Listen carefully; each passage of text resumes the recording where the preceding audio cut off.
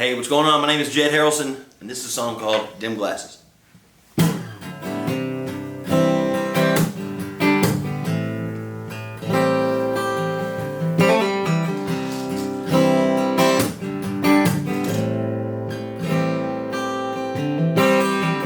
Those glasses that you wear must show something I can't. And I think another lesson in it is things that last don't come easy. That would have been a real easy way to make success in the industry if she said, "Oh, Jed, quit your job, come on tour with me." Things that last don't come easy, and things that come easy don't last.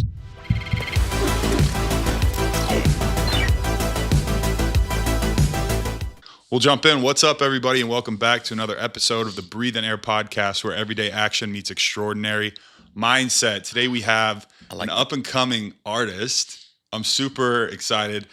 We'll get into kind of how we met, but Jed Harrelson, he's on the come up. You heard it here first. Like, I really do believe in the next year or so, like, you're going to be doing some big things, bigger than what you're already doing. That, like you said, that momentum is snowballing. Yeah, so thanks for coming on the show, man. Glad to be here. These are my favorite kind of things. I think right now it's this is going to be the best year so far, and we've been able to say that the last couple of years. Yeah. Each year's getting a little bit better, and I'm glad to talk about it. Yeah. Yeah. We were talking before the show kind of how we met, and it's crazy. It was like 3 years ago. Went out. We're on Printer's Alley in Nashville, little bar called Snitch, right? Snitch. And you guys were playing. I was like, okay, I like this sound. You know, jazzy. You got the sax going. Like, obviously, you could sing. It's like great vibes. And I'm like, okay, this is awesome. Not what you always see from like a Nashville artist, right? You have a lot of the classic country stuff here, but I was really digging the vibe. Got an Arkansas shirt on, or one of your band members did. You know, us Arkansas people got to hold it down. So we chatted, and then I've seen you so many times around the city playing, and like we said, man, you just have been catching a lot of momentum, and it's really been fun to see. It's you know, these little connections that you make in this town. You know, I would have never thought we'd be doing something like this here when we first met like that. Yeah. Again, if you're from Arkansas, we stick together. You get it. Yeah. But dude, it's kind of cool and surreal to kind of come back to this, and even how much this has grown for you and stuff. It's cool to now be a part of it. Yeah, no, absolutely. I want to kind of go back to the beginning for you. You know, like little Jed growing up, what was like childhood like, and kind of was that passion for music always there? Dude, the passion for music was always there. Grew up in Texarkana, Arkansas. For me, the earliest influence for music was NSYNC. Okay. Dude, I was obsessed with NSYNC as a kid. And, you know, me and my brother, I would give him some pots to bang on, and we'd put on an NSYNC concert for my parents on their bed. And I was like 4 or 5. Like, it was dumb. It was silly, you know. But, dude, from the very beginning, watching music connect with a big audience, or even just with a couple people, was like, I want to do that. Yeah. You know, and NSYNC made me undeniably move, and just like, I was like, what is this? And, you know, it's all I know, bro. Yeah. It's all I really know, you know, and truly love that, my wife, you know. Yeah. But yeah, 100%. It's funny, like thinking back, and I always, my friends always would make fun of me if you put my playlist on shuffle. You never know like what you're gonna get. So this music for you, I mean, you listen to your music now in sync. There's like no really correlation between the sound, right? But it's those early things that just catch your ear, and you're like, wow, this makes me feel some type of way. Yeah. I think, you know, over the years I've gone through phases. You know, it was NSYNC, and then it was like, you know, I'm country than you, boy. You know, I was like, I want to be that country boy, you know. Did that for a couple years, early days in high school and stuff. That was fun. I found out who I was as an artist when I came here and started really experimenting with what's inside of me rather than what I want to replicate. Yeah. And I think that's been the best thing for me in the past, we'll say 6 years, 7 years, that I've found out at least the direction I want to take it when it comes to my music and the way I want it to sound. Yeah. And the influences that are undeniable when you can hear it, you know. Yeah. It's all over the spot. Yeah. It is. But that's what I like about your sound. It's unique.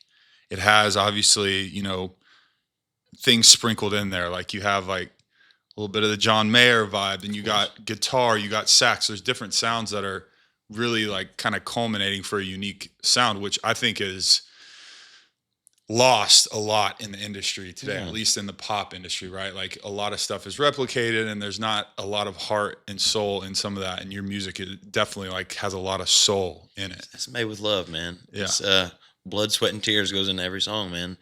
It's in Nashville especially, you have these big publishing companies that put 5-6 people in a room to churn out songs. They got to hit a certain amount of songs per week to put out, and it all kind of starts to, in my eyes, it starts to sound the same, and it's hard to really hear the authentic parts of a lot of popular music right now, and we're just trying to make it authentic and genuine and feeling right, and feeling like we're not trying to put on a front, because it's a natural thing that it's hard for me to even talk about like the process behind it because I've not even really been able to put my finger on it. Yeah. But it's just, I try to not really think about it and just whatever comes out, let it come out. Yeah. You mentioned that piece of like, once industry gets involved in kind of the pressure to keep up when that starts to happen, right? It reminds me of like college athletics, right? Like that's my background, so I can speak to it. And the fact that like high school football or even like Pee Wee, like those are kind of the natural, like untouched pieces of the game, right? Because it's all out of passion and heart. Then you get into a higher level. There's money that's involved. Other politics are involved. And then some of that love, I've seen it with a lot of players. It can kind of take away the magic because a lot of that stuff is jaded whenever, money and politics and those things starts kind of coming into it. So it sounds kind of similar. Does that kind of sound similar? There are some harsh realities that I think any artist who's trying to take this serious and do this as a career, there are some harsh realities that you're faced with when it comes to money. And you got to pay people and you got to get paid by people. And the whole business aspect of it could probably turn some people away from it. Yeah. The entrepreneur in me is like, let's go. Dude, I mean, I'm an entrepreneur at heart, man. I was selling candy, chips, and drinks in high school, man. Like, I like a business. And so if I'm able to put these two things, like running a business and playing music, if I can do them together, what can't we do? Yeah. And so that's kind of, I've been able to approach the business aspect headstrong and confident. I mean, I still have to learn lessons every day. Of course. But confident in the fact that if I don't have it figured out, we're going to figure it out, Yeah. Because we're having to figure it out every day. Yeah. Not that we have anything figured out, but it's working for us right now. You kind of have to have, I feel like you would kind of have to have that go-getter entrepreneurial mindset, especially when you're building something, right? You're building a brand, you're building a sound, you're building a fan base, you're building a reputation, like all the things that go into building a product. Like you are delivering a product at the end of the day. So it is, it really is the same thing at the end of the day, giving the public something that they want more of. Yeah. If I think about it too hard, I'll kind of get in my head about the business part of it. But as of right now, we've got a good balance of the passion and the business, and we're able to kind of get them close together and still run our business right and treat our people right and still love doing it, even though the business makes it a little harder, But I don't know, man. I love running a business. This is really the only real business I've ran. But I'm glad to do what I love right now. Yeah. Absolutely. And it's grown every day. You know, it's awesome. That is awesome. Was there ever you talked about banging pots and pans, that feeling that you got even just playing in front of your parents? Like, was there a moment early on that was kind of like embedded in your brains where you're like, okay, I want to do this for this is what I meant to do. I want to pursue this hard. Yeah.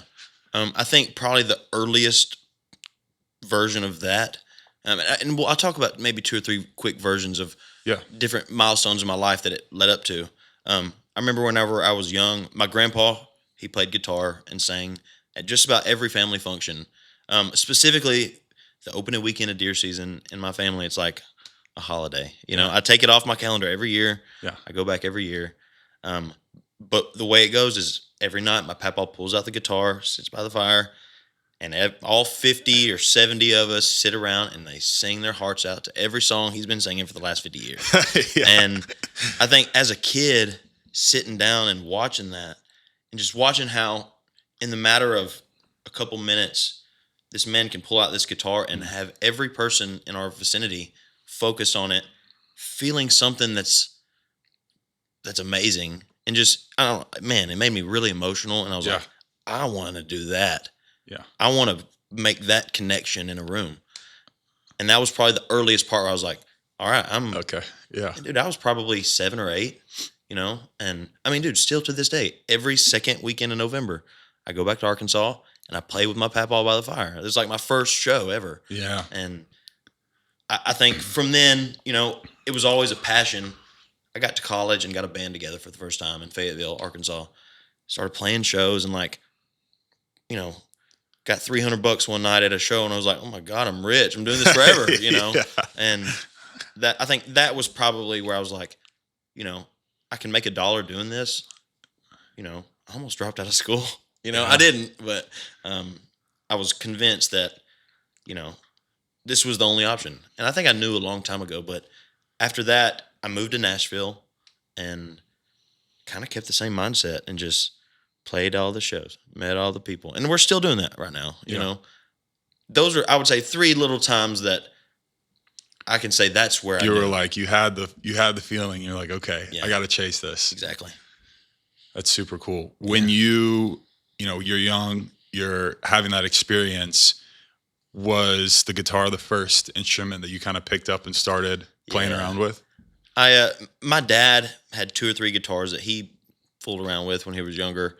But yeah, the guitar was the first thing that I picked up, and I remember coming to my papa and be like, hey, dog, show me some chords. Yeah. And I didn't say it quite like that, but you know, he sat down and showed me a few chords, and you know, from then I'd already written a few songs that just had no music to it, and started writing songs. I'd say my first writing was a lot of parody stuff. Yeah. You know, I remember the first parody song I ever wrote. You know that song "Paint Me a Birmingham" by Tracy Yeah, Lawrence? of course. He's an Arkansas boy, former Arkansas. Yeah. But I was a kid and I said, I'm gonna write a song called "Paint Me a Piece of Ham," and that was like I've never even talked about this before, but that was like my first song I ever wrote. That and a song called like "Ugly Girl." It was, man, I don't know, man. But the guitar is where all that started, where I was able to start writing songs and putting ideas down and really cultivating what we have been for the last 20 years. You know? Yeah. Yeah. That's amazing. I mean, I feel like just starting, right? It seems so silly now. Like, Yeah. paint me a, what'd you say? Paint me a piece of ham. Paint me a piece of Paint ham. me a piece of ham. Dude, Yeah. it was silly. Yeah. It's cool. Yeah. That is cool. And that's, I mean, I think that's what it's all about though, not losing that piece of it. Yeah. Like being able to tap into that even now. Yeah. Is like we get older, we are chasing things, even if you're doing things you love or, you know, doing things you don't love at the moment. And a lot of times you lose that childlike awe of the world in general, Yeah. right? Because life can beat you down, right? So it's like being able to tap back into that is so important. Yeah. I feel like for creative process, for, you know, optimism, and for just like the mindset to do good Or things. even just emotional intelligence, man. Yeah. I feel like I'm very blessed to still have that inner child that I can tap into. Yeah. And I can't just do it all the time, or, you know, sometimes it just comes out of nowhere. But dude, I feel like I'm very in touch with my inner child still. And I think it helps me in a lot of ways.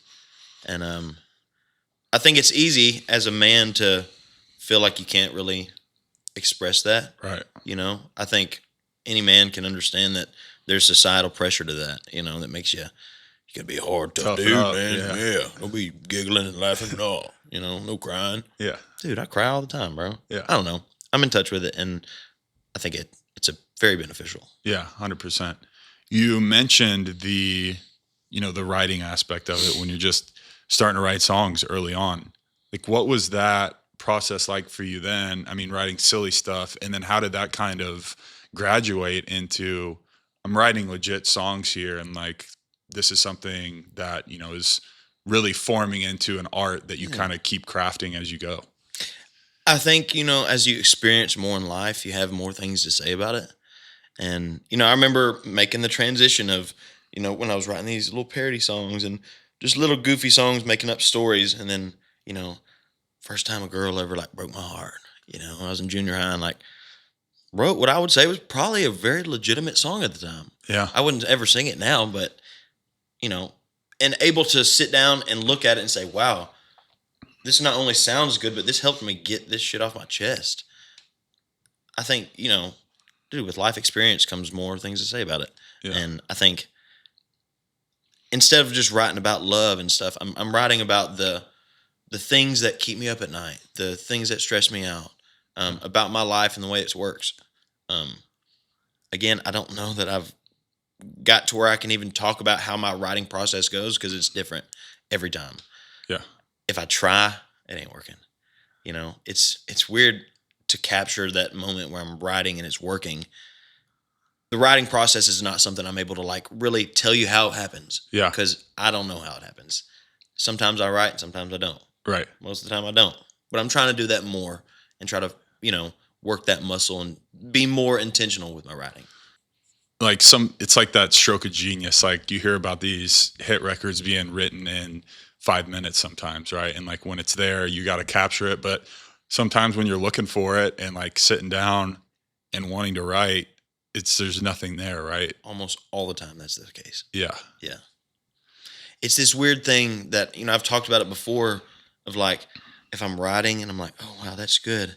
If I'm sitting here and I'm like, oh, wait, I just wrote something. It's gone. The moment I acknowledge that it's happening, It's gone. So I'm trying to like, nothing's happening. Just let's just see what happens. And, I think that's where my favorite songs I've written have come from, those types of places. Yeah. It's almost scary to think about because I wish I could go to that place all the time. I'd write a lot more songs. Yeah. There's something to that. There is. I've never told this story. Maybe like my best friends know this story. So I guess we're both doing something new on the show today. But I had a similar experience, in college.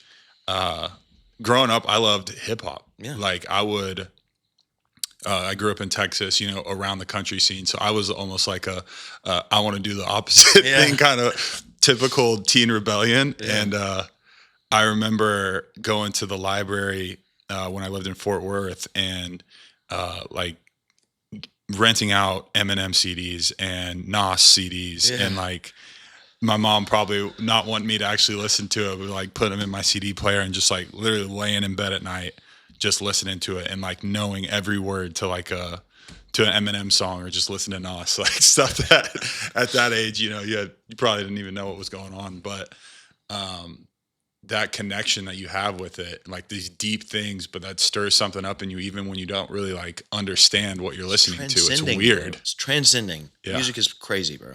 Yeah.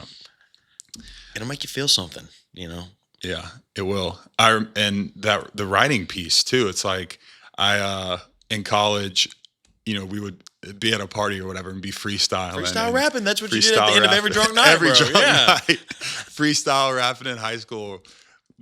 Smoking in high school and freestyle rapping and stuff like that. And I remember a little bit later on, because I always like loved that, was drawn to it, picking up a guitar for the first time because we had to go back to school for football camp. And at that time it was like you do one class, you work out, and you have a lot of idle time. I remember picking up a guitar and just like starting to learn how to play and then same situation, going through a breakup and then like sitting down and just writing out a full song in like 30 minutes, just like all these emotions that were inside of me that just like came out on the paper and putting it all together. And that was like the first kind of experience. Obviously I didn't take it further than that, but it's just like, even that for someone who's just like playing, and like music is so powerful in that way that it like will let you release a lot of those things. I think there are times where I hear somebody say, oh, music's my therapy. Dude, you don't have to take a song and go try to put it on the radio. If it helps you into some thing that you're going through, dude, that is real therapy. If you can use it to better understand something you're going through, dog, it's unworldly, bro. I will say music is just amazing. Yeah, I think that there's a lot to say about just writing in general. Like, Yeah. you're writing for a song, but someone listening like, I don't want to write a song. Well, just like sitting down with a piece of paper and like writing down like what you're feeling, or like those emotions that are inside of you, or stuff you've been bottling up, or the person you haven't forgiven, and like what you really want to say to them. And Yeah. like, or even just sitting down and looking at the piece of paper and being like, I don't have anything to say right now. I would say something that I've always kind of done is, if I have to have a hard conversation with somebody that I know is not going to be easy and it's going to suck, I start out by writing it down. You know, no music or anything, just getting my thoughts to paper and looking at it that way. Yeah, there's something to it. Yeah, it's true. The mantra of the show is everyday action, extraordinary mindset, and the action is first. So it's like we can have these ideas and these things that pop up in our head, and there's a million good ideas out there, but how many of them actually come to fruition? Not a lot. Most of them don't. Exactly. I would say probably 99% of them don't. Mm-hmm. And that first act of putting pen to paper, while it may seem somewhat archaic these days, I still do it every day, even with work, just making sure I'm just writing stuff down, because it's the first step of bringing that into the world. Like it's the manifestation of it in the real world, out of your head onto something in front of you. I mean, that's something that I live daily. For instance, when it comes to my calendar and my schedule, I don't have a schedule app. I don't have a calendar on my phone. I've got a 8x12 12-month calendar in my kitchen. My wife hates it. But dude, I see empty dates. I'm like, I'm putting a show here. We're going to make a show there. Yeah. I'm filling this up with stuff that I love to do. It's going to help my business, my career. It is a way of manifestation that I don't ever think I've ever said that about it. But hearing you say that, writing it out, seeing it happen, walking by, I mean, you got it right here. Yeah, every day. I mean, there's something to writing it down and not just typing it in your notes app or something. Yeah. Even with writing a song, I prefer to write it down. Yeah. Pen to paper, dog. Yeah, 100%. It sticks. It does. When you're in college, you mentioned saying like, hey, I played shows in college, put a little band together. What was that like when you were like, hey, I want to put a band together and actually play in front of people? Yeah. Like, I remember going to like a party one time in college. I'd already been, writing songs. I'd even collaborated with some people in college, but I remember going to some party one time and there was this band. I don't even know what the name of the band was, but it was just rocking, just awesome. And I had not quite experienced that yet living in my college town. And I was like, shit, I can do this. Yeah. I got songs. I got no band, but I can figure something out. Met a couple folks, got a band together and started hosting our first show. I remember I still have my set list from my very first show with a band in Fayetteville. And we sold like 100 tickets. I was like, I'm dropping out of school, quitting this shit, Didn't drop out, but it was cool to experience that. We rehearsed for like 4 weeks or so. Yeah. Really got it down, or what we thought was getting it down. We were awful at the time. But yeah, finding the band, meeting people, and I knew I wanted a horn in the band. Yeah. I knew one guy who played a saxophone, not even that well. He was a friend of a friend of a friend, and then we got connected. Now he's like one of my best friends still to this day. We don't play anymore, but my first band, we were called Jed Harrelson, Lost in the Attic. I lived in this old A-frame house, and right at the top was my bedroom, is where the studio was. That's where we rehearsed everything. I mean, you couldn't even stand up straight in there. Yeah. That's where it was. We were lost in the attic. And that was like the first band doing Battle of the Bands and stuff. We won a Battle of the Bands in Fayetteville. It was awesome. A pivotal time in my music career, for sure. Yeah. You mentioned the horns. Like, that's a very prominent sound in your music today. What made you want to, get the horns in your music? I think, having a saxophone in your band at the time seemed like an exotic thing. It's like, every band's just bass guitar and drums, and I was like, Smiley's a cool guy. Let's get him in here with the saxophone. And it kind of just worked, I think also at the time I leaned on it a little bit because I was not great at playing a guitar solo or playing lead guitar at all. And so it kind of it colored it up a little bit. It filled some empty space that we had a lot of empty space at the start, and so it was a way to fill the space. And as time went on, there's more specific parts that I enjoy that the horns will play. But the horn is something that always just feels good. It's a sexy instrument. It kind of brings it all together. Yeah, definitely. When you're, in that early phase, you're messing around with sounds, but then back to your creative process of like writing, do you hear a sound in your head and pick that up and then maybe write about it? Do you write first? Like, is there a method to the madness, or does sometimes it just kind of comes together after messing around with the idea? I would say something that I think has been probably a consistent theme throughout the whole writing process is, I'll write a song, like write lyrics and music to it, and then say, hey, fellas, here's this idea I have. Let's add all of us into this, see what it sounds like. And there are times, dude, it's super cool. Yeah. Sometimes when we first kind of bring a song to the band, I will definitely hear things. Like we're playing the song, it's like, wait, stop, I just heard this thing. Let's go back and do this real quick. And there's a movie, I can't remember the movie, but it's this movie of this producer who's sitting in this bar and this girl's playing guitar. And he starts hearing the drums play, hearing the piano play this melody. And dude, maybe not quite that detailed, but there are definitely things that I will hear that are not there when it comes to developing a song with a band. Yeah. Yeah.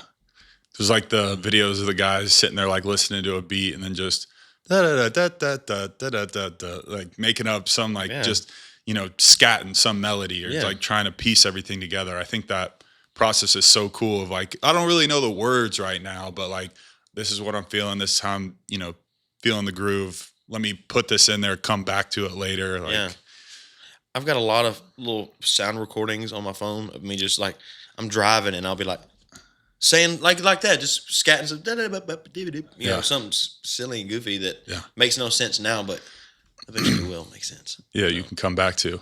Yeah. What was it like going to college at the Hill? Dude, in Texarkana, if you were going off to school, chances are you're probably going to Fayetteville. And I went to Fayetteville, and it was an SEC school is a beast of its own. It's huge. It's crazy. It was fun. It was fun. Yeah. I had a lot of good times in college. I think about halfway through college, my goals started to come to fruition. I think the first 2 or maybe 3 years of college, dicking around and, being a jackass. Yeah. But, probably halfway through my junior year of college, kind of figured out, hey, I got to start, making some progress with this if I really want to do this. Yeah. And going to SEC school is awesome, bro. Woo pig suey, baby. Yeah. But Woo pig. Woo pig. I loved the camaraderie that came with big football games. I loved that. I loved watching people tailgate and stuff. I loved tailgating. It was a really cool time. I grew up, my dad went to school there. We grew up going to games there. It was something I saw in small bits as a kid, but experienced later on in life. It was an awesome time. Yeah. It's, I think back, I'm like, what did I learn in school? And then it's like, okay, nothing from the books really, unless you're like being a lawyer or biologist or something that's very specific to your craft. But it's the time where you grow so much. You meet people that are your friends forever, or you learn these lessons and you party and you do all these things that, are kind of part of that coming to, becoming a man, really. Yeah. Like, I think, there are definitely people from college that I stay in contact with. Yeah. I think college taught me how to be around people you don't necessarily love. I think I found myself in a group in college that was not like really my people, for a while. And it took me a little bit to realize that. I think it helped me understand more about who I was, for sure. I couldn't tell you a single thing I learned in the book, but it definitely helped me when it comes to social settings, when it comes to even business. I was a business student for a while. But now college was a great experience. Yeah. It seems like you've kind of, created over the years this self-awareness and like being able to tap into your emotions and those types of things. Like, was that always kind of a thing for you, or was that something that you had a moment where you started kind of really digging into the inside piece of you and kind of letting that show? I think emotional intelligence is something that I try to work at every day. You know, I try to talk about the hard things. I try to look at things in a logical way sometimes, because emotional actions can do irreversible damage. Yeah. And I've experienced that, as we all have, you know. I would say I really try to listen to what my inside's telling me when it comes to the way I'm feeling and thoughts about certain topics and stuff like that. I would say self-awareness is not something I wouldn't say I'm ultra super aware or something, but I just try to listen hard to what inside's telling me. If that makes sense, yeah. It doesn't sound like it makes sense, but it kind of does to me. Yeah. It does. It's I think the first step is just starting to listen to that voice, right? Mm-hmm. Or starting to ask the questions that otherwise we wouldn't really think of. Yeah. And you know, life brings that as you experience different things, but I feel like especially for music, you know, there's a lot of emotion and spirit in your music, so it's got to be a way to kind of put that into life, like make that, you know, and most of that, we're living a human experience, right? We're spiritual beings living a human experience, and music is spiritual in so many ways. It makes us feel things that nothing else really can bring to the surface, and it helps us communicate things that nothing else can. So I would say, and I've said this a lot, and I want to put this on a t-shirt or something, but music is the most natural, man-made thing ever. It's like music is man-made, but oh my God, does it make me feel something so real and natural. Yeah. And I can't really think of anything else that makes me feel that way, you know, of something that is an industry. Yeah. There's an industry that will make you cry at night, you know, like, you know, music's crazy, man. I'm gonna say that 15 times today, but music's a beautiful thing. Music's a beautiful thing. It's like the Mac Miller, man. Yeah. Gosh, he was on to something. Beautiful thing. It is best tiny desk ever. I think I would say yes to that. Yeah. Yeah, I think it is. I've watched a lot of them. That one is, dang, that one's good. Yeah. We actually just filmed our tiny desk contest submission yesterday. Let's go. Yeah. That just dropped on YouTube actually. Let's go. Yeah. How has that been? Like the content creation side of artists now is, I mean, you're seeing people that blow up. I mean, TikTok lit a fire under it, right? But we're in a digital world now, and it seems like the most organic way to kind of get your sound out and get organic reach. Like, how has that been for you and kind of creating that and making it a part of what you do? Yeah.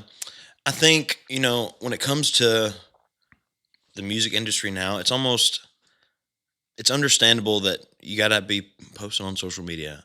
I hate saying the word content, but like, you got to get your stuff out there, you know? And I think for us, for the first 4 years, we're recording stuff, putting it out, and nobody's watching. Yeah. Putting it out, nobody's watching for 4 years, you know? And then finally, people are kind of starting to watch. It's not that we've really done anything different. If anything, we've just done more of just press and record, really. I think something that people have kind of liked was when we go on the road, I bring a videographer. And he films the shows, but he also films before the shows, after the shows, while we're eating breakfast and stuff like that. All those little behind the scenes type things that to build a fan base, people see that stuff and they want to grasp onto that, you know? Yeah. And see something other than the show that they already paid a ticket to see. Yeah. Know? I'm trying to keep it as simple as just clicking record on things that we're going to be doing anyway, you know? Whether that's going to set up and do a video somewhere, whether that's taking a video of the show that we're performing. I try to always, especially like when it comes to finances, I try to always put video, photo, social media stuff as a huge part of it. Yeah. Yeah. At the forefront. Because it has been a huge factor in our growth. TikTok and Instagram specifically have just like really helped us build a true fan base. People are buying tickets. People are buying shirts online. It's like people like singing songs at our shows right now. It's like that's never happened before. awesome. Yeah. We're selling out little shows, and it wouldn't be without social media. And so I know it can be very overwhelming, but I try to keep it as simple as just doing what I would normally do and click and record. Yeah. Whether that's hiring somebody to click record or just put my phone up and click and record. Yeah. It's I love doing it. I run my own social media and stuff. I love doing social media.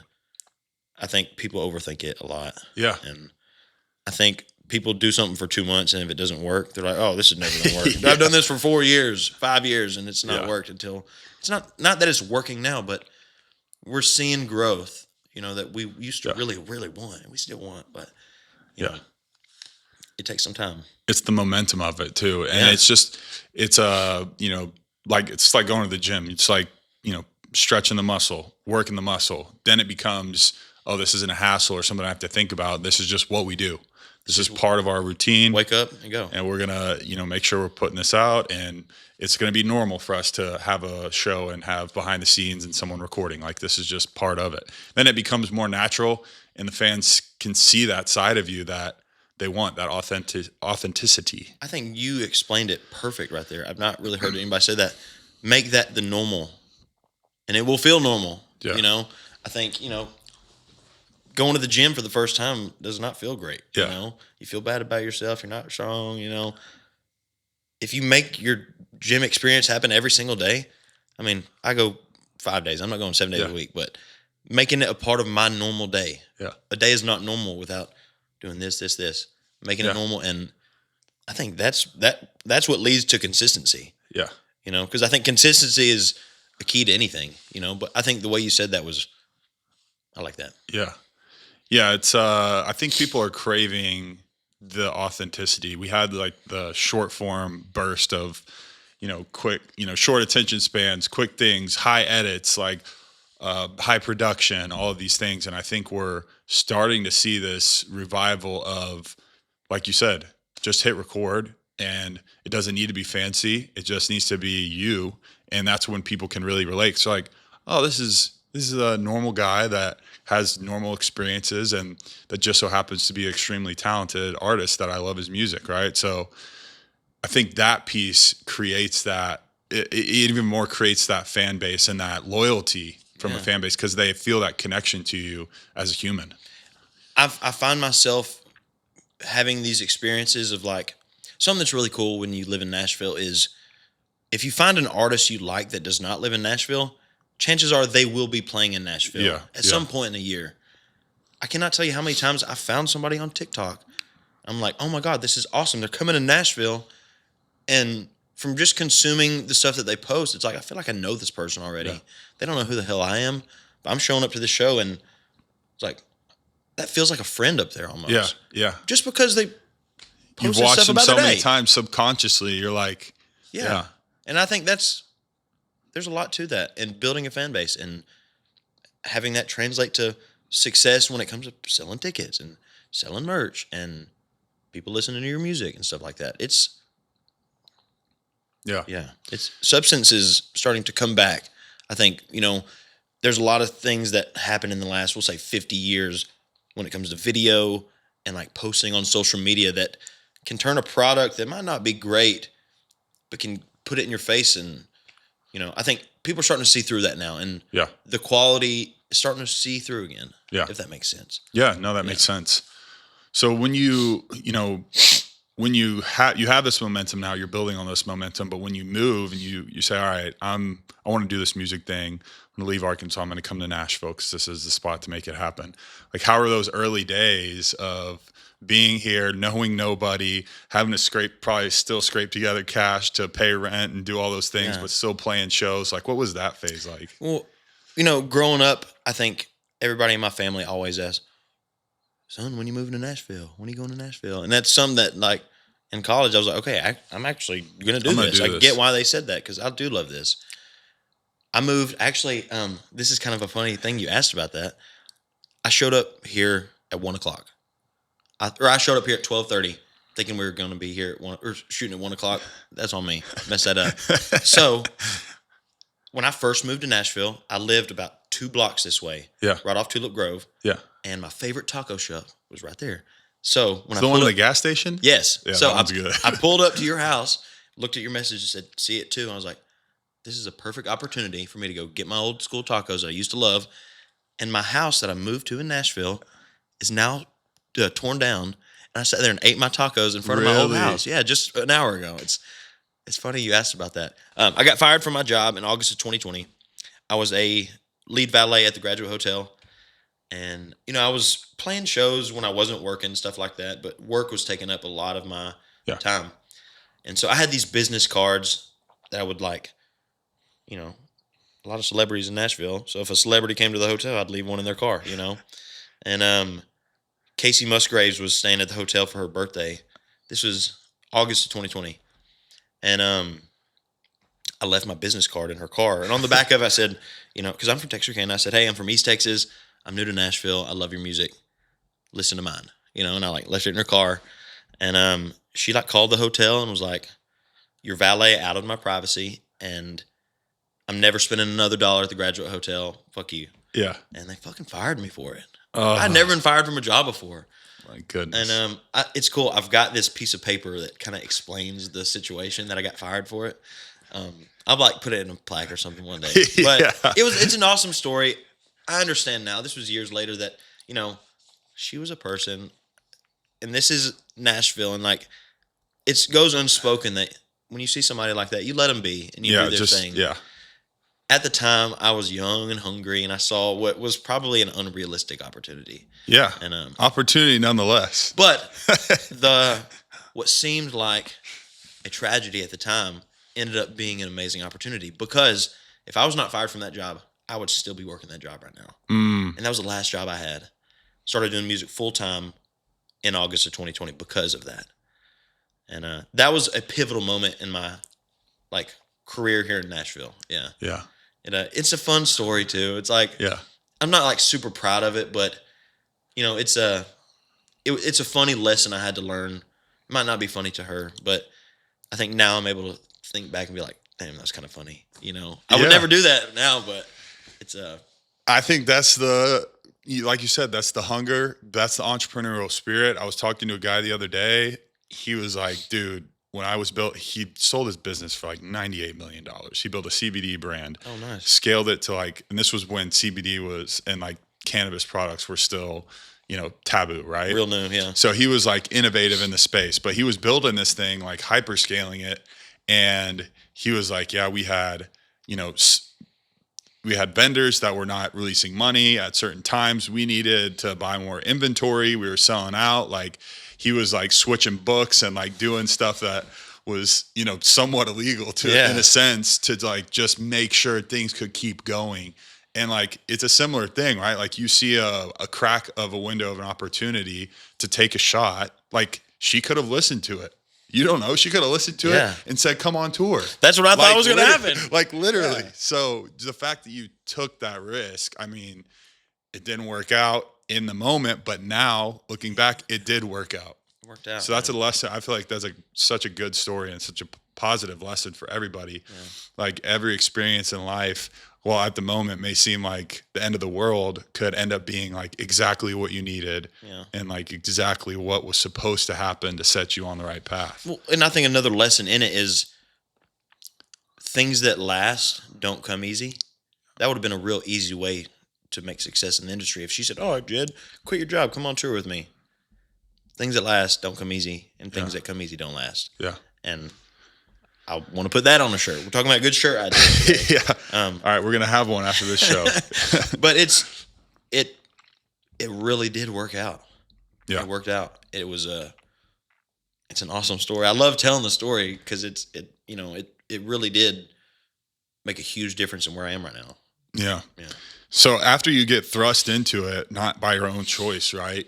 You decide to take the leap. And then, like we said, I saw you at, a gig in Printer's Alley playing with the band. You play at 12:30 a lot. Now you obviously have enough momentum where you're playing your own shows, but there's had to be that middle ground of I'm just grinding as much as I can, getting as many shows, scraping together pennies, putting the band together. What was that? What was that kind of transition from, okay, I got to go all in now, to how do we get into the doors? How do we meet the right people? Like, what were some of the things that you had to do to start getting in the right places? Something that is true is about like, meeting the right people. I think for me, I think I met some of the right people at the right time. The way it happened for me was I got fired from my job, started looking for another job, and a video friend of mine was like, "Hey, dude, you didn't come here to park cars. You came here to do music." So I was like, "Cool." I got some tips saved up for a few months, maybe of living expenses. I can go out, start looking for gigs and stuff like that. I played a few writers' rounds all the time, and there's a guy who I met. His name is Jesse Savio. He's a producer here in town. I still talk to him. He texts me one day and says, "Hey, Jed, this is Jesse. We shared a lineup together at this writers' round.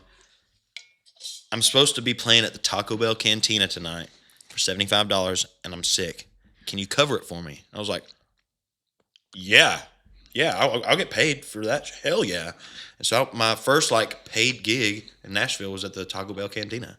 And from then, played the Taco Bell Cantina, talked to the booker who said, "Hey, I like your sound. We'll put you at the 1230 Club. It's a new spot, blah, blah, blah." Dude, 21 and 22, the years 2021 and 22. I think 2021, we played 170 shows. 2022, I played 210 shows. Blew out my voice. Almost had surgery on my voice. It was like a whole thing, dude. Wow. But that grind mindset of just keep playing. We're playing 7 shows this week, and I'm singing 4 hours for 7 times. And jeez, just unrealistic, dumb.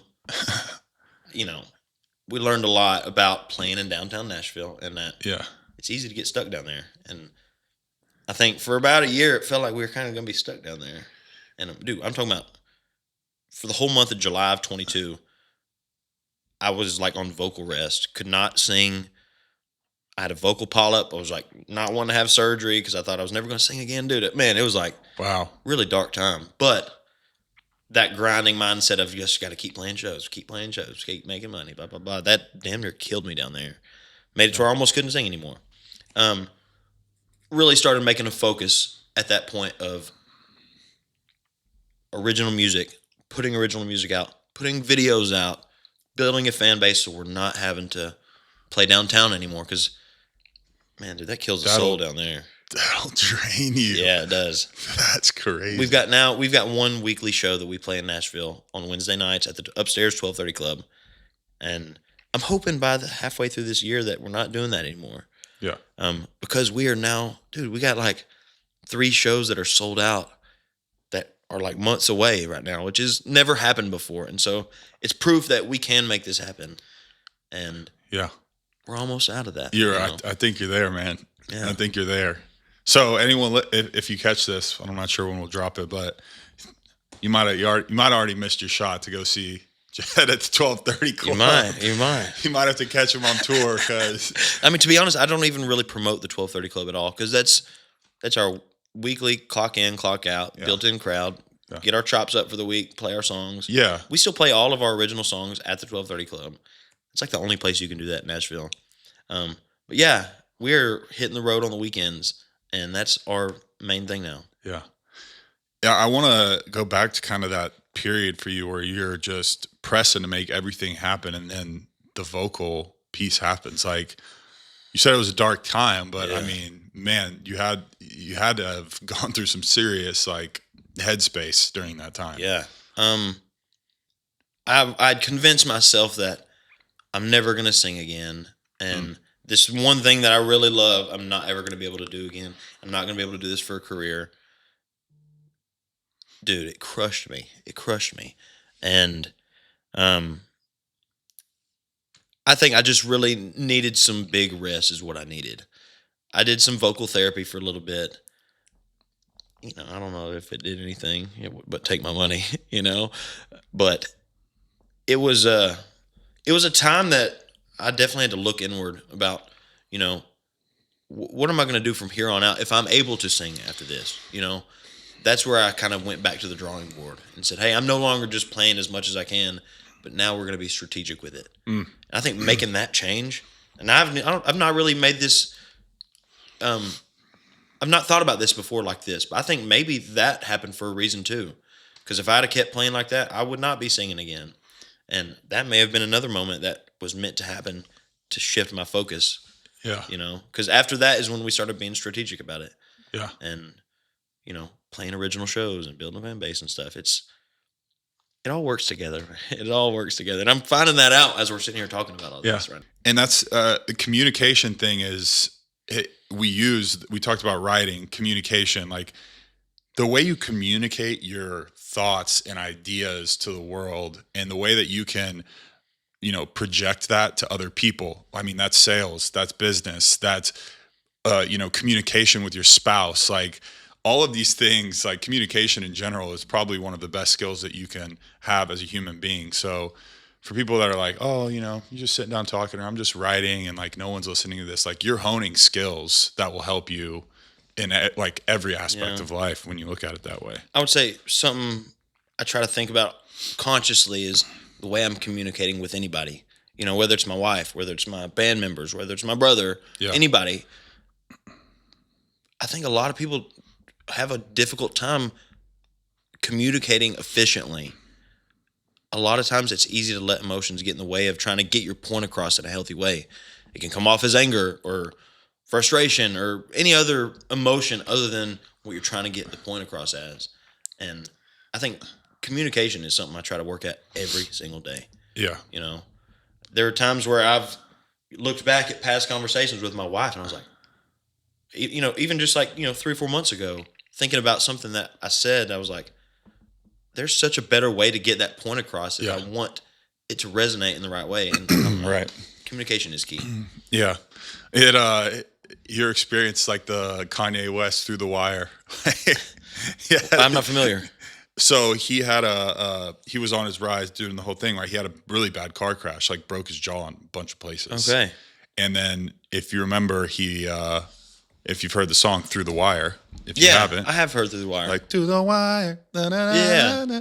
And he's like rapping in it. He's literally, he had his jaw wired shut. Oh. Because of the car accident. That was legit Through the Wire. So he was like, the Through the Wire thing, it was ended up being like a play on words for the song. Yeah. But he was literally rapping through the wire. Because he had his like whole mouth like bolted together. Dude, that is authentic. That's undeniable. That's genuine. But I mean, whatever you want to say about him, dude's freaking creative genius. So it's like, that's taking a situation where for him too, I'm sure he's like, dang, I might not ever be able to. My whole thing is rapping, moving my mouth fast. Yeah. And then he had this like, got put in a situation, flipped it on its head, said, how am I going to use this for a positive? Capitalized on it. Hit banger. It's like, what? It's all about perspective, baby. Yeah. It is. And I think, you know, it's easy to look at something in a good way, or easy to look at something in a bad way. It's harder to look at something in a good way like that. Yeah. You know, when you're given a kind of shitty hand like that. Yeah. You're in the moment of it, and it's hard to like see beyond the trees per se, right? Yeah. Well, it just shows nothing's gonna stop him, you know?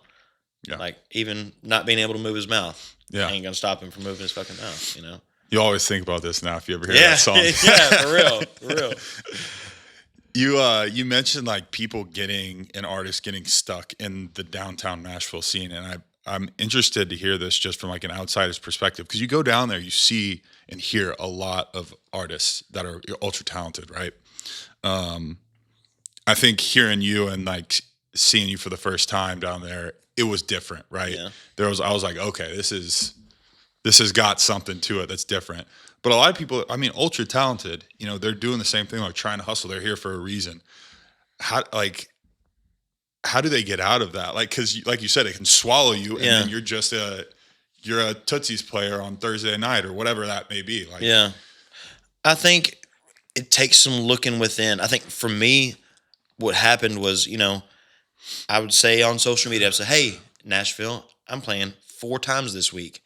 I'm playing 3 times in downtown Nashville, and then the 4th time I'm playing a show you can buy a ticket to. My show, yeah. Right. And I'm wondering why people are not buying tickets, you know? It's because they had 3 opportunities to see me for free in downtown. I started treating that as my job, clocking in, clocking out, shutting up about it. Don't come see me at the 12:30 Club because I want you to buy a ticket at the Vinyl Lounge, you know? that was the simplest fix for that. Aside from being consistent and, constantly trying to push original music rather than like posting a video of me playing a cover. Yeah. Or like, even in downtown, something that we always said was, hey, if you want to hear something specific, don't ask because we won't play it. And like not giving into that money. Of like tip me for a wagon wheel. Exactly. Because dude, it's easy to say, damn, all I had to do tonight was go put a bucket in front of somebody's face for these songs I don't like, and I made $1,000 tonight. I could do this forever. Yeah. That's what gets people stuck down there. It gets them just enough money to make a living doing what they love, but doing it for unhealthy amounts of time for companies that really don't give a shit about them and box them in a...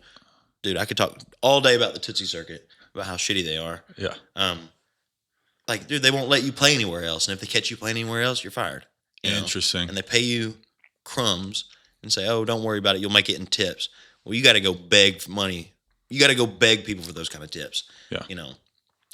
I'm very passionate about the bad stuff happening in downtown. Yeah. I mean, we're starting to hear about this more, and you're seeing musicians like, one that comes to mind is like Mike, used to be Mike Stud, right? This guy that has this rise, gets really famous, starts selling out shows, doing all these things. Could easily have signed record deals, didn't sign record deals, or my friend of mine, Cody Johnson, huge now, right? CMAs, everything. I knew Cody went like he was playing a 100-person set, like 10 all around Texas, 10, 11 years ago, and his rise too, completely organic, sold out Houston rodeo, 60,000 people without a label. You're starting to see like these, and obviously signed now, but on his own terms, and just got lit of a fire under him, right? But he could have easily stayed on the road, right? Yeah. But some of these artists that they see they have the talent, they're hungry, they need the money, then they get the cash infused, and then they kind of are getting dog walked in some ways, it seems like, from an outsider's perspective and what I've heard. Whenever that money, that politics, the big machine gets involved in that, it kind of handcuffs them in some ways. I mean, you heard what Chaperone just said at the Grammys the other night. She just made, I don't know if you saw it or not, but Chaperone won a Grammy and at her speech basically said, hey, record labels are not treating us right. And, like record labels, we got you, but you got us, is what she said at the end. And wow, I didn't see that, dude, but that's cool. When you get a chance, go see it, man. It's a powerful speech, and I think they dog walked her at a young age. They dropped, like, she got signed really young. They dropped her not long after, and no job experience, and she's a minor who's been dropped by a major company that was taking care of her lifestyle probably at the time. And I'm not super familiar with the exact specifics of that scenario, but just what she had said at the Grammys publicly was crazy. I know a lot of people who've signed shitty deals, which brings me to say, I don't think you need a record deal anymore, and it's different. That landscape seems to be changing for the better, for the better of the artist, at least. I think now there are things that as a team grows, you're going to have to add new parts to the team. I think, not to say, I'll never sign a record deal. I'm not looking for a record deal.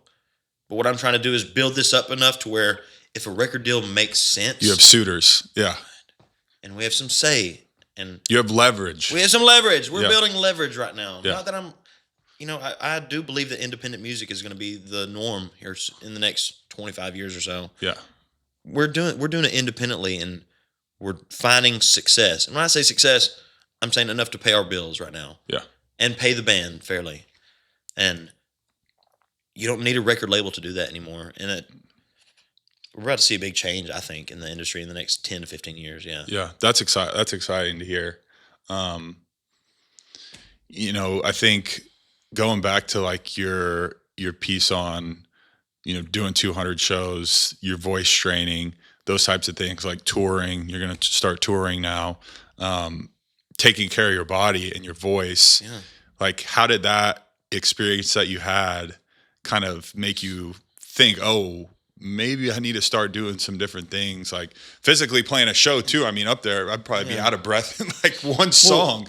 Like, what does that like physical regimen look like? I would say, in the last year, I've tried to, eat whole foods Yeah. and like try to avoid anything like coming in a box. And we're looking at ingredients and stuff now.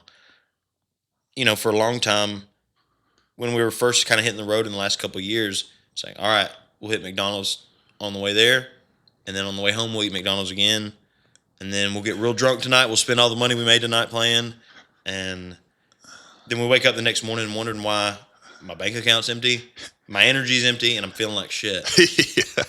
And no, I mean, it didn't take long to figure out we cannot make this work long term if that's how we're gonna act.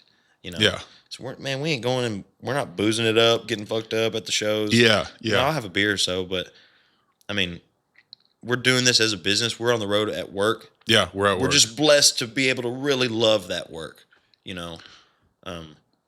But yeah, there were a lot of times we would spend the money we got paid on beer to celebrate, and just it was fun, but it was it was not viable, not something that you could do long term. Yeah. And physically, I try to stay in the gym 5 days a week.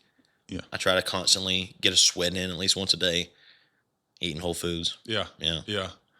I was going to ask, like, do you have kind of a pre-show routine, like somebody needs to, have a little drink or like do something? Like I've seen a bunch of different takes to it. Yeah. I think for me, I get really nervous before shows. Like original shows, yeah. I get really nervous. I can't really eat before I play because I'm like burping in the mic, and last thing I want to do is be burping tacos while I'm trying to sing a song. Yeah. And so I think something that I definitely don't do is I don't eat before. If anything, I'm back in the back, and I'm not really smoking much anymore, but I'm back there chiefing cigarettes just because I'm like, I'm nervous and stuff. I haven't smoked a cigarette in a while, so I'm kind of laying off the smokes. But I think for me, it's the tradition of right before we go on stage is kind of like, come to terms, catch some ground, say, hey, we're blessed to be here. Yeah. And whether it's 5 people or 500 people out there, to come to terms with, hey, this is something that we're blessed to be doing. And we don't have to do this, but we get to do this. Yeah. I think that's the only really tradition we have. We're not taking shots or anything before the show. Right. But yeah. For an athlete, I think back like one of the best things, and I can, work to tap into this in other ways in life now still too, but is that flow state. It's like when you're just solely locked into what you're doing, fully present in the moment. Like, is that something that when you're playing a show that you really kind of just like black out and everything? Is there more aware, like, are you kind of more conscious on stage? Like, what does that feel like? I think something I've tried to actively do is be more present in the time. There are times where we've played the show and it's like, boom. Oh, the show's over. Yeah. Oh my God. But, rather than just playing song after song, take a step back. Like, oh my God, there's 150 people here who bought a ticket to see us. This is amazing, and like constantly find that inner child that is super excited about that. That is something that I'm really trying to keep practicing, is being present and being in the moment right now. Like I'm dealing with it's not even an issue. It's fucking stupid to think about. But last week we sold out a show in Kansas City. It's a small venue. It was sold out, which is awesome. We've never had like a pre-sale show sell out ever. But then people are hitting me up like, hey, we can't get tickets. We can't get tickets. I'm like, oh my God, my show's sold out. Like, oh my God, I'm so sad. My show's sold out. Which is like, yeah, come on, dog, listen to yourself. Yeah. And I was not present in the moment during that. And like, I'm really trying to focus on being present in the moment, acknowledging the little victories, still wanting to be looking forward and to grow, but every milestone deserves some recognition. Enjoying that time. Yeah. Yeah. You're going to have to have a bigger venue next time. Exactly. Which is awesome to say, You're going to need a bigger venue. You got that leverage. Say, hey, we sold this one out. We need to be in this one. Exactly. It's awesome, man. As this continues to grow, and like I said at the beginning of the show, I truly believe you guys are going to keep growing and blow up. But as this continues to grow, like, what are you looking forward to the most, or like what's next for you guys? I would say for the next year, we are honing in on building the fan base. Yeah. In places we've never been. Our year is booked right now. I'm booked until the end of October right now. I take November and December to shake back, reflect, be with my family. But the goal for this year is to just ultra spread awareness and growth, consistency. Almost not really even changing anything up, just doubling down on it. And, making this machine more smooth, letting it go. And there's never going to be anything that's smooth about this industry, but refining this and getting this down to something that is going to continue to grow and be able to make a living to do, As you, as you continue to grow, like, how is it possible to balance, like, going on the road, growing these, growing your fan base, growing shows, and then, like you said, taking that time to kind of reflect, but also to look at, like, okay, we want to make more music, we want to write more. Is it hard for you to, like, think of those things while you're on the road? Like, when you're maybe wanting to create an album or something like that, like, I would assume there's maybe a different process to that where you need to sit down, be with the band, have, like, time allotted to really, like, get into the details. Yeah. How do you balance, like, being a road dog, but also creating new music? I will let you know if I ever figure that out. I mean, I think for me, January and February is for getting in the studio, writing music, meeting folks, doing all the stuff we can't do while we're on the road, because there is this kind of tunnel vision thing about being on the road. It's like, keep going, play the next show, come home, and then when we're home, we're beat and we just need to rest for a few days. And we're working on trying to figure out those moments of where we can sit back and create and not be tired from the road and not be looking forward to being on the road. And I'm trying to allot time for that, every month, at least a few days, where we can get in, be creative, and keep creating while we are spreading this awareness of what this project is. Yeah. Yeah. You mentioned your wife earlier, and, you're on the road a lot. Like, how is it balancing that? Like, what is... I tell you, I've got a Wonder Woman of a wife. She just quit her job in August, and she comes on the road with us. Amazing. I mean, she's my partner. She's my rock. She takes care of, she does a lot of tour management type stuff. Yeah. She takes care of the merch. We are, romantic partners, but also business partners, She was there at the very beginning, when we were playing to nobody, you know, and she believes in me and I believe in us. And I think, if anything, her coming into the picture just made this all a little more solid. Yeah. And I just got married in September. I mean, it's still brand new. Me and you both, brother. Hey, my man. Let's go. Hell What yeah. was your date?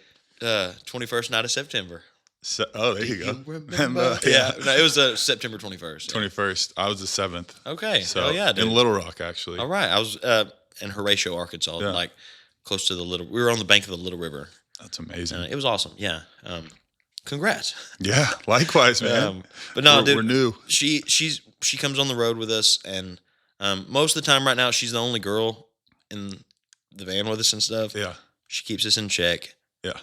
Not that we need to be kept in check. We got a great group with us, She's a great and very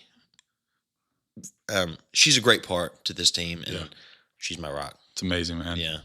Where can everybody find you? We talked about this earlier. I want to give you the stage to play an acoustic song. Something we haven't done on the show, so this will be a first, but I was thinking, you know what?